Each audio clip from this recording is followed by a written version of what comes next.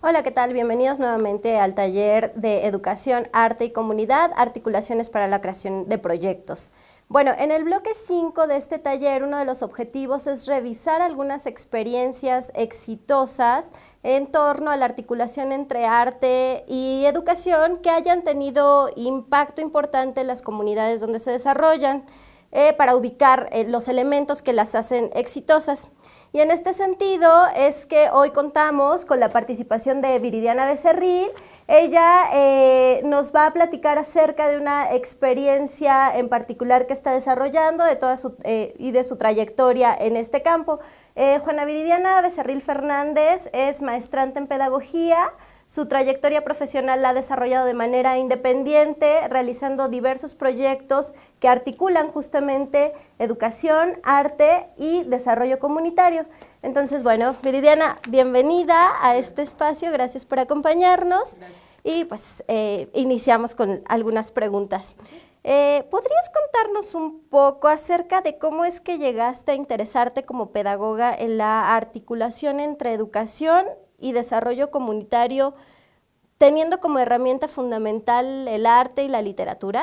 Ok, bueno, yo estudié pedagogía, como ya lo mencionaste, y tengo aproximadamente desde el 2011, tuve un acercamiento al movimiento de indignados, donde empezó a generarse, ¿no?, también como una propuesta de trabajo colectivo y de trabajo comunitario en diferentes espacios y buscando otros lenguajes que no fueran como los lenguajes tan tradicionales, ¿no?, de lo político, de los movimientos políticos, y donde el arte pues tenía un papel importante. A partir de ahí yo empecé a colaborar en una colectiva que se llamaba Las Hijas del Maíz, la conformamos a partir de ese espacio. Después participé con otra asociación que se llama Ando Imaginando, y ahora formo parte de la colectiva Artes en Resistencia. Y bueno, surgió un poco a partir de ahí el interés, ¿no?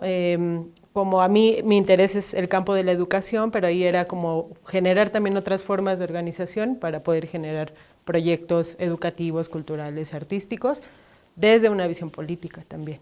Ok, Viridiana. ¿Por qué adicionar a los proyectos donde has participado la perspectiva de género? Ok, bueno, yo con lo de género lo empecé a trabajar como de manera personal, ¿no?, identificando muchas experiencias familiares de cosas que sucedían que pues a mí me causaban malestar, ¿no?, en torno a la relación con los padres, con la mamá, la misma relación de mis propios padres. Entonces empezó a generarse como una necesidad de cuestionarme esas cosas que pasaban, ¿no?, de si tenías que servir la mesa o no, no podías hacer estas cosas, o si tu mamá se dedicaba solo a hacer las cosas del hogar y dejaba de lado otros intereses. Entonces surge de una preocupación y de una necesidad personal, y poco a poco lo fui buscando en lo académico también, ¿no? La maestría en la que yo me formé de pedagogía, pues ya directamente el proyecto que realicé lo incorporé con esta perspectiva de género. En la licenciatura buscaba también asignaturas que tuvieran que me pudieran, ¿no?, como ir dando herramientas para poder entender qué pasaba con eso que yo sentía de manera personal, pero que de alguna manera también veía que eran necesidades colectivas, ¿no?, de otras mujeres y de otros hombres también. Entonces, a raíz de eso, desde lo personal, en lo académico, y después el trabajo con estas colectivas, pues yo necesitaba, ¿no?, también como decir, bueno, pero este tema es importante, porque a veces dentro de los movimientos sociales, pues pareciera que eso pasa a segundo plano, ¿no? Sí es importante después de otra serie de cosas.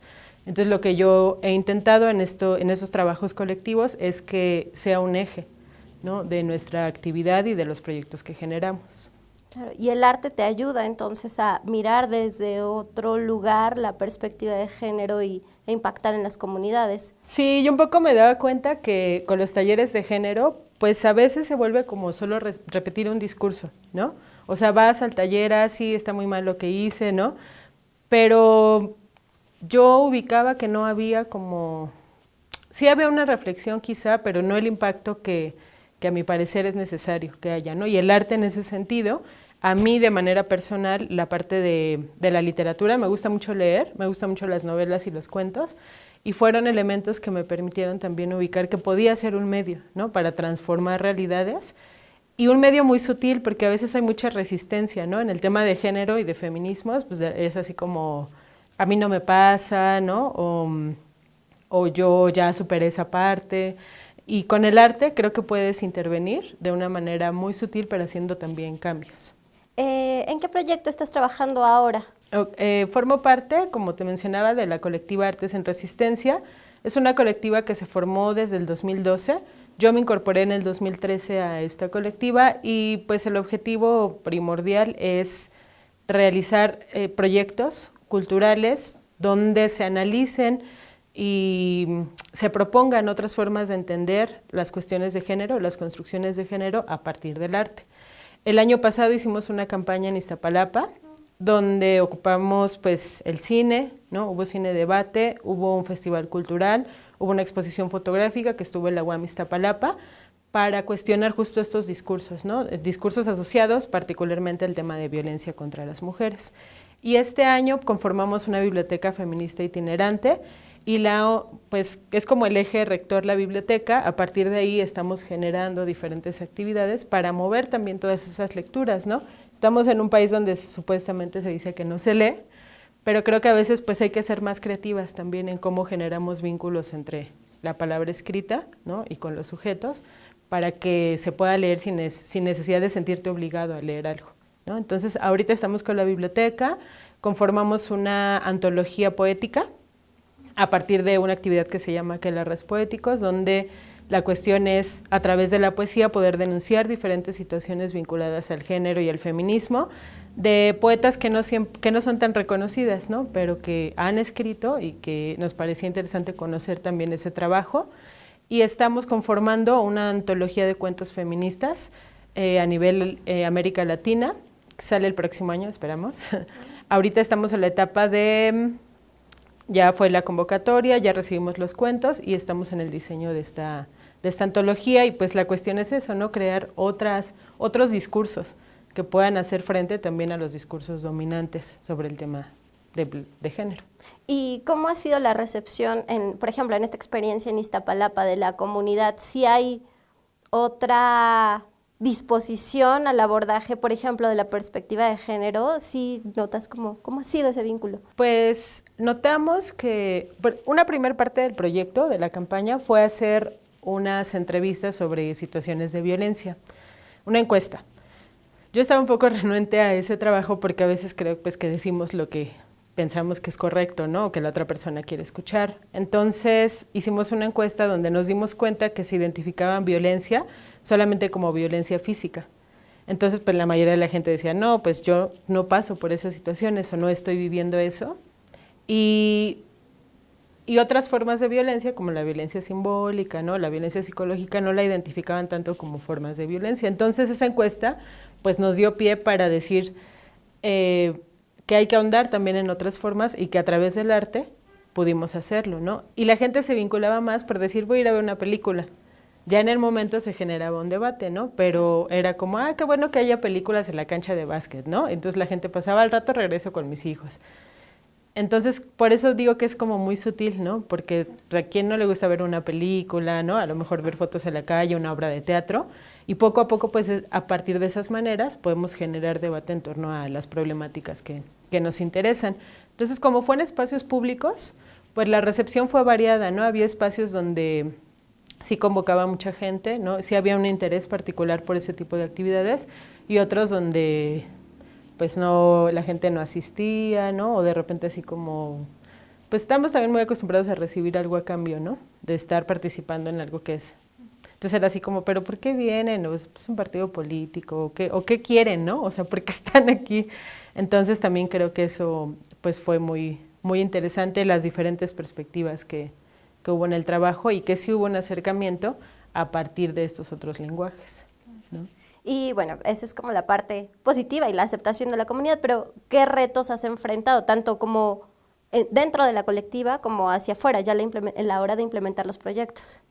Pues como retos, primero en la colectiva, pues es justo generar un trabajo colectivo, ¿no? O sea, generar un trabajo con otras es muy complicado porque creo que en el sistema educativo pocas veces se ha fomentado ese trabajo colaborativo, ¿no? Ese trabajo con las y los otros. Siempre estamos buscando el reconocimiento individual. Entonces, de repente, romper esas formas y entrar en un diálogo con los otros y las otras para generar un proyecto en común, pues ha sido bastante complicado, ¿no? Como pues desde emociones, ¿no? Formas, autoritarismos que traemos así muy, muy, muy internos. Entonces creo que el organizarnos desde ahí y el hablarlo siempre, nos ha funcionado algo que ha sido el diálogo, ¿no? Como no me pareció esta forma, o tú cómo entiendes esto, por qué te parece importante. Sí, estarlo dialogando todo el tiempo, creo que ha sido un reto importante.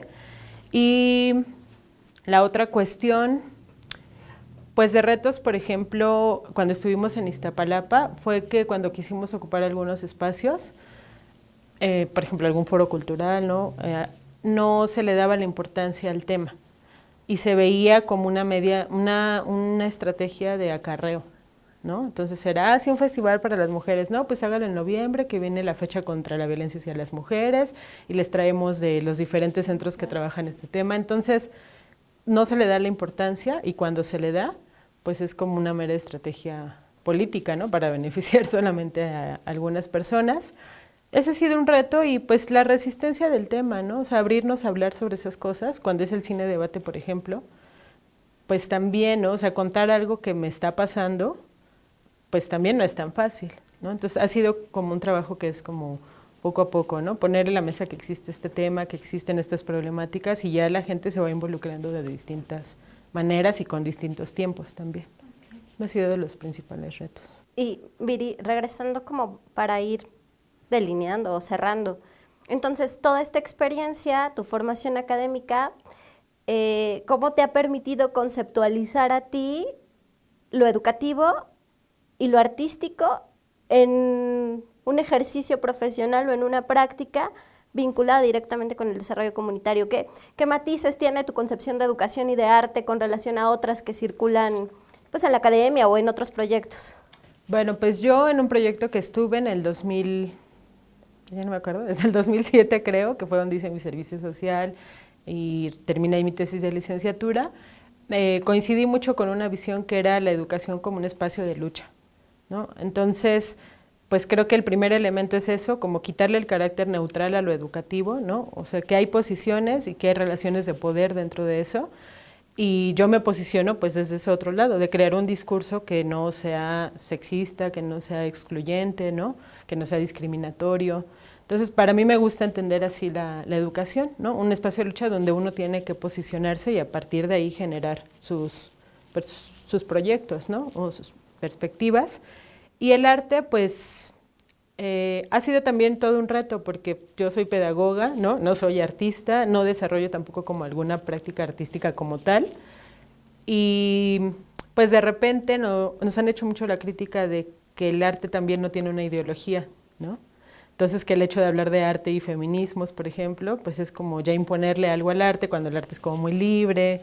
Entonces también ahí estamos entrando a esos debates, ¿no? Porque es algo que no hemos trabajado como tal. Para nosotros el arte es una herramienta o un medio para poder hablar de estos temas, pero tampoco queremos caer en eso, ¿no? Como usar el arte como una herramienta donde solo queremos imponer ahora otro discurso. Entonces ha sido bastante, pues también, cómo no imponer el discurso cuando tienes un posicionamiento, ha sido creo que uno de los principales pues, retos, ¿no? Y por último, Viri, ¿qué recomendarías a promotores culturales, gestores, artistas, educadores que estén interesados en incidir en el desarrollo comunitario? ¿Qué es lo que les recomendarías para que sus proyectos realmente tengan sentido en las comunidades donde están trabajando? Pues yo creo que paciencia, mucha paciencia y pasión, ¿no? O sea, pasión porque me he dado cuenta que a partir de, como te decía, no soy una profesional, ¿no? Del arte, sí de la parte educativa, pero también mucho de lo que he construido ha sido a partir de que me emociona, ¿no? O sea, y siento la necesidad de hacer estos proyectos y eso me va haciendo también que me va generando un vínculo con otras personas, ¿no? Entonces ya no trabajar solas ni trabajar desde la colectiva, sino con otros grupos y otras colectivas.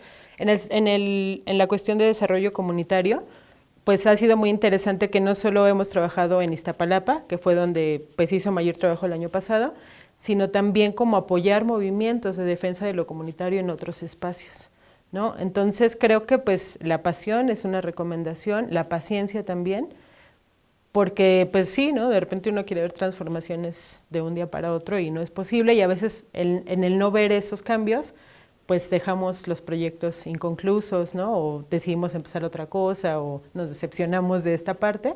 Entonces creo que esa sería como otra recomendación, y que también es un trabajo, pues lo voy a decir así, pero no sé si sea la palabra serio, ¿no? O sea, que uno tiene que ir también investigando, tiene que ir formándose en esto, porque de repente pues puede ser fácil, voy y hago, ¿no?, una exposición de fotos en este lugar, y entonces ya no tiene como una trascendencia, ¿no? Entonces también como darle la seriedad que le damos a cualquier trabajo, a este tipo de trabajos, que a veces pues la remuneración no va de la mano, pero creo que no por eso no nos exige también ejercer profesionalmente en estos proyectos. ¿Me sería eso? Pues muchísimas gracias, Viridiana. Seguramente a los participantes en este taller les dará como muchos elementos de reflexión. Ok, muchas gracias. Pues bueno, las reflexiones de Viridiana indudablemente son importantes para construir una mirada amplia sobre las implicaciones de articular educación con arte en el desarrollo comunitario. Me parece importante destacar algunas cuestiones para la reflexión en este bloque. Lo primero es la importancia de lo personal, de imprimir el sello personal en estos proyectos. Si bien no hay que descuidar la parte técnica, la parte de investigación, como lo mencionaba Viridiana, esta parte humana es indispensable y fundamental, y también no dejar de lado la mirada en torno a que estas articulaciones entre arte, educación y desarrollo comunitario implican, por supuesto, un trabajo político y repensar lo político desde otro lugar. Los invito a hacer las lecturas desarrolladas en este bloque número 5, a realizar las reflexiones y los ejercicios, y pues bueno, continuamos con el trabajo de este taller.